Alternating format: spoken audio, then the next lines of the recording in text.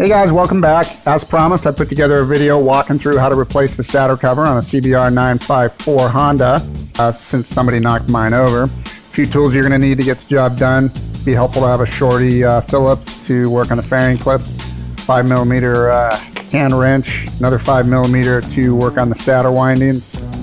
I've got some 3/8 inch drive sockets here that are going to be useful for the Stator as well.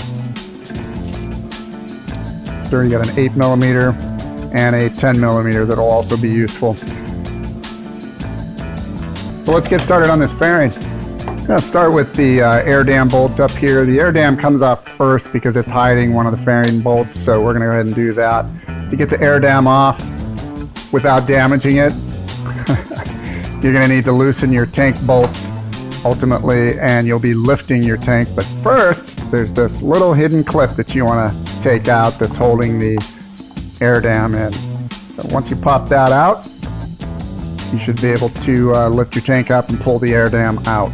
Now, of course, my goal was to make about a 5-minute video on this, and if you want to fast forward to the 3.5 minutes, you can do that.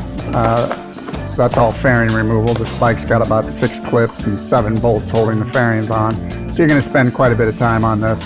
Because it does take a while to get the fairing off, and it was just about time anyway for the bike, I'm going to go ahead and do an oil change and a coolant replacement while I'm in there. I'm not going to go into details in this video, so we're just going to get straight to the Stator cover. We'll just kind of speed through this a little bit. Like I said, you've got quite a few bolts that you've got to take off, clips as well. Now there's 4 lower clips, 2 up front, 2 in back. This is what they look like. They have little Phillips heads on them. You just turn them counterclockwise a little bit and the heads pop up. That unlocks them. You can kind of grab them and pull them out at that point. So you got these 2 in the rear. Of course, you have 2 more in front.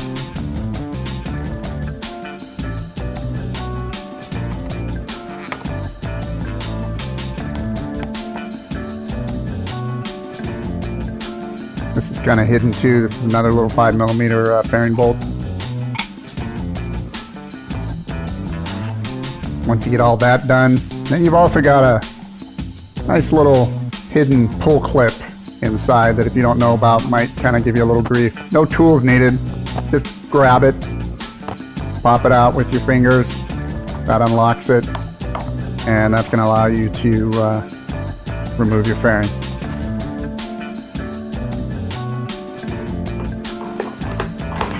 So let's go ahead and pull that out and set it aside.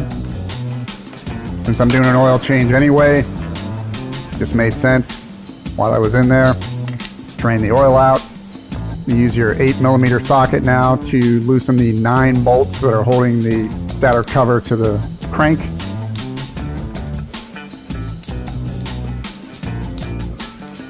I'll both speed this up and skip over some of it just to save time. Taking it off doesn't really matter what order you do it in. When you put them on, you definitely want to do a cross pattern when you're snugging them up and torquing them. So once those bolts are out, go ahead and pull the cover off. You'll get a little bit of resistance from magnetic force. It's normal. Don't forget you've got both a, you've got the starter gear shaft that fits into the Stator cover, and then you've also got a dowel. So right now I'm loosening up the 5mm hex bolts that hold the winding. I've already removed the 10mm bolt that holds the brace for the harness. We'll see those again as things are going back together. Once you get all these bolts out, you're going to sacrifice the gasket anyway, so don't worry about it, just break it off.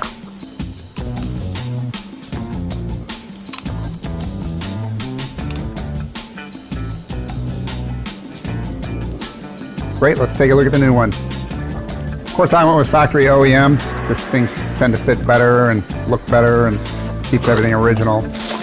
Wasn't that much more money. It was worth it. It's all perfect and pretty, and of course everything aligns nicely, so I was very happy with it. Again, the torque on all these bolts is 9 foot-pounds. The 9 foot-pound torque setting applies to all the bolts used for the Stator assembly. So let's go ahead and tuck the oil seal for the harness in. Once you get that into place, we're going to go ahead and Kind of loosely put some of these bolts in just to hold the winding in place.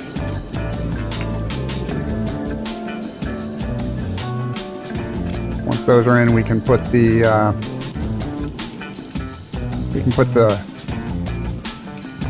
wire brace in too. That's going to use the 10mm bolt. Now there's a little tab that you have to align on that, so you can't really get it wrong. And again, same torque. Everything's 9 foot-pounds.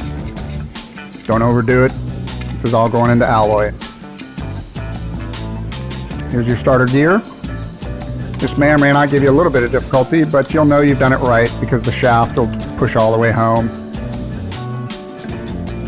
And that head of that shaft is going to fit into the stator cover as well. So you've got both the dowel and that. Let's look at the new gasket. Here's your part number. Again, this stuff's all OEM naturally. I've cleaned the crank surface now of all old gasket material. So I'm going to go ahead and line the new gasket up, fit it over the dowel that's in the lower left there. Grab the new cover, get that lined up. Once you get that on there, just to hang it in place, let's go ahead and start screwing the bolts in partially.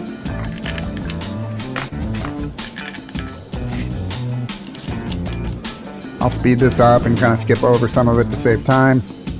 Now I recommend a cross pattern when you're snugging these up and when you're torquing them. I also recommend starting with the two that are close to the crankcase seam and then work your way out. Again, it's 9 foot-pounds. Don't over torque these. Okay, now I'm going to start it up. Since I changed the oil and the coolant and the stator cover, I'm going to let it run for a few minutes, check for leaks. No issues here with the stator cover. Let's look at the oil filter. All good.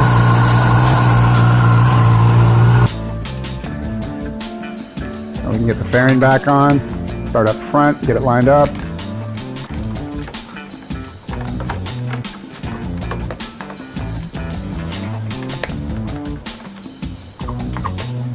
Fairing removal and replacement is half the job. So just to make life easier, I'm going to go ahead and hang this fairing with one bolt here while I align the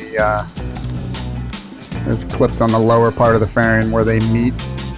Once you get those put together, you can put your forward and your oh yeah, don't forget this little inner clip here.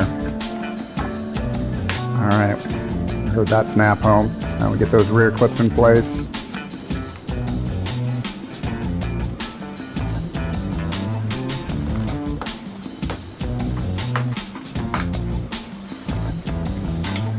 Get that bolt near the kickstand in.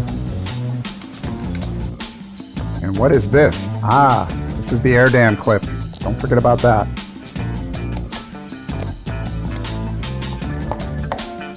Once that's popped into place, we can retighten our tank bolts. And because we did oil and coolant, let's go ahead and record our mileage for the maintenance log. Okay, good as new.